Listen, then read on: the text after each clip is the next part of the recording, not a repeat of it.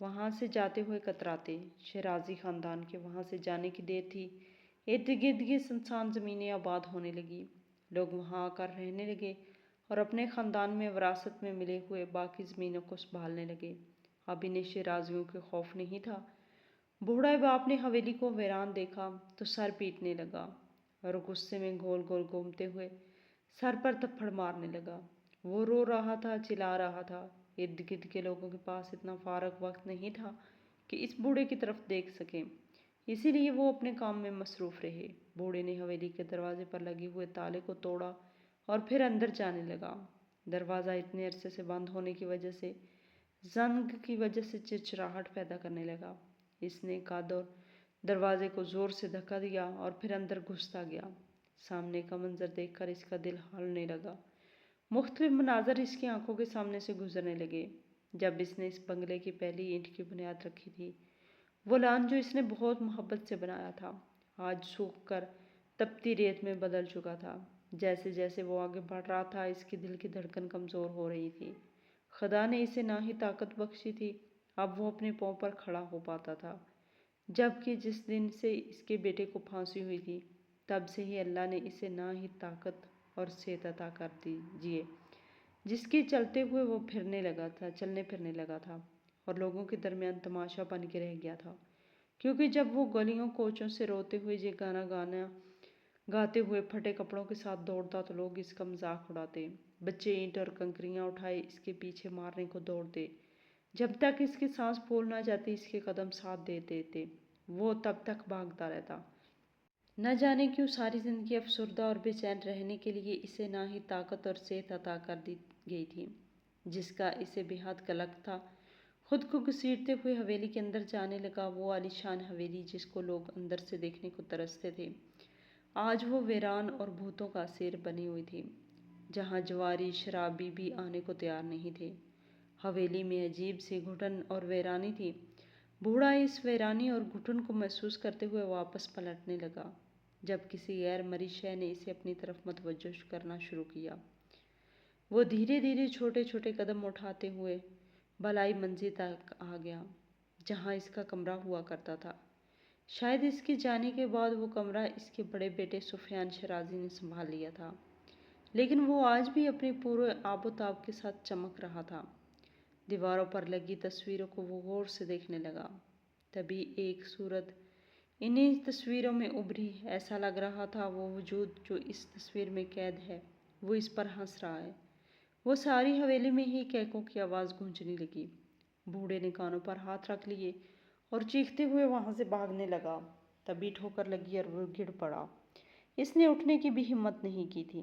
اس کو تو لگتا تھا کہ وجود جس کو اس نے خود اپنے ہاتھوں سے دفن کیا تھا اس کا گلا دبایا تھا، وہ زندہ ہو کر اس کے پیچھے کھڑا ہے۔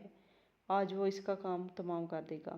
اس کی بہو اسما شیرازی جس نے اس سے بغاوت کی تھی، وہ ایک نجی چینل سے منسلک تھی۔ جب اس کو سسر کے حالات کا پتہ چلا تو اس نے سسر کے خلاف مہم شروع کر دی اور ثبوت اکٹھے کرنا شروع کر دیے۔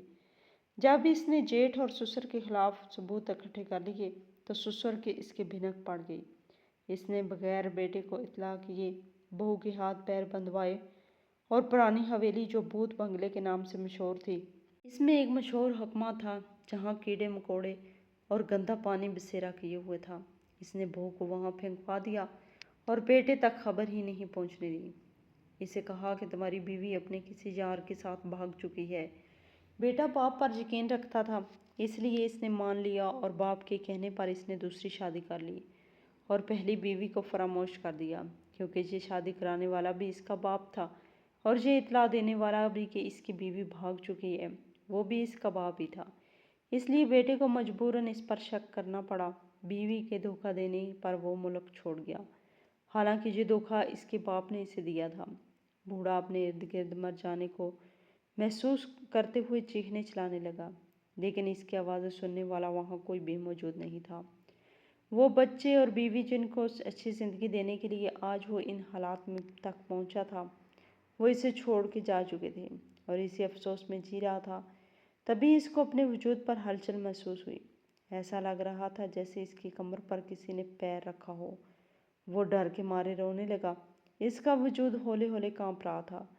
پریشانی کے اس عالم میں وہ اپنے بچوں اور بیوی کو یاد کر کے رونے لگا۔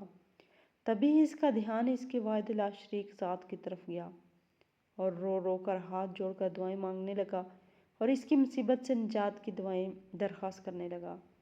اس کے وہم میں اضافہ ہونے لگا، وہ بہت سے لوگوں کو اپنے ارد گرد محسوس کرنے لگا، اور پھر وہی ہوا جس کا ڈر تھا۔ وہ بغیر کلمے کی شہادت حاصل کی ہے، اپنے خوف کی وجہ سے اپنی جان کی بازی ہار گیا۔ کوئی بھی نہیں جانتا تھا جو یہ دیکھتا کہ اس عالی شان محل کو بنانے والا بوڑھا آج اسی گھر میں اکیلا ہے اور وفات پا چکا ہے۔ اسے تو کفن تک نصیب نہ ہوا۔ ایک دن بہت سارے کتوں کو حویلی میں جاتا دیکھ کر لوگ چونکے، اور جب حویلی کے وسط میں جا کر دیکھا تو حیران رہ گئے۔ یوسف شیرازی کی لاش وہاں موجود تھی، جس نے ہر طرف بدبو پھیلائی ہوئی تھی۔ کتے اس کے آس پاس منڈلا رہے تھے۔ لوگوں نے یہ منظر دیکھا تو پولیس کو کال کر دی۔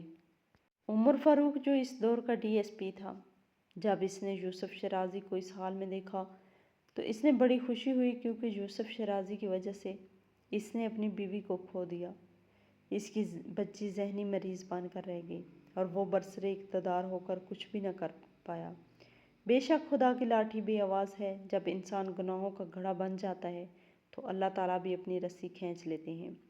یوسف شیرازی کے دوست امین اللہ کی وجہ سے عمر فاروق نے مجبور ہو کر اپنی بیوی کو طلاق دے دی، اور پھر امین اللہ نے زبردستی صوفیہ خاتون سے شادی کر لی، اور امین اللہ نے عمر فاروق کی بیٹی کو اغوا کر لیا اور اسے مجبور کیا کہ بیوی کو طلاق دے، اس کے ڈیرے پر بھیج دے۔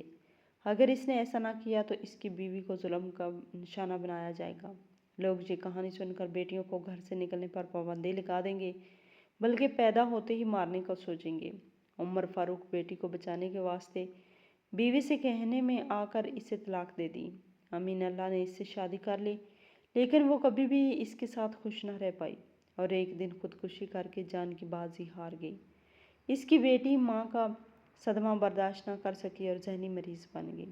عمر فاروق کے گھر کا شیرازہ بکھر چکا تھا۔ وہ مکافات عمل کا انتظار کرنے لگا، جب ان لوگوں کو بھی پھانسی کے پھندے پر لایا جانا تھا۔ آج یوسف شیرازی کو اس حال میں دیکھا تو دل کو سکون آ گیا۔ امین اللہ دوست کی اس حالت پر کڑ کر رہ گیا، لیکن وہ کیا کر سکتا تھا سوائے اس کے کہ پہلے اللہ تعالیٰ اس کی رسی کھینچتا۔ اس نے توبہ کر لی اور مسجدوں کے چکر لگانے لگا۔ دوست کی حالت دیکھ کر اس کی آنکھیں آنسو میں نم ہو جاتی اور سوچنے لگا کہ بے دہانی میں ہم نے خدا کی کتنی زیادہ نافرمانی کی۔ نعوذ باللہ، ہم خود کو خدا سمجھنے لگے تھے۔ آج وہ وقت یاد کرتے ہوئے امین اللہ کی آنکھیں بھیگ جاتی ہیں۔ یوسف شیرازی کی لاش کی حالت ایسی نہیں تھی کہ اسے غسل دیا جا سکے، اس لیے مجبور ایسے ہی دفنا دیا گیا۔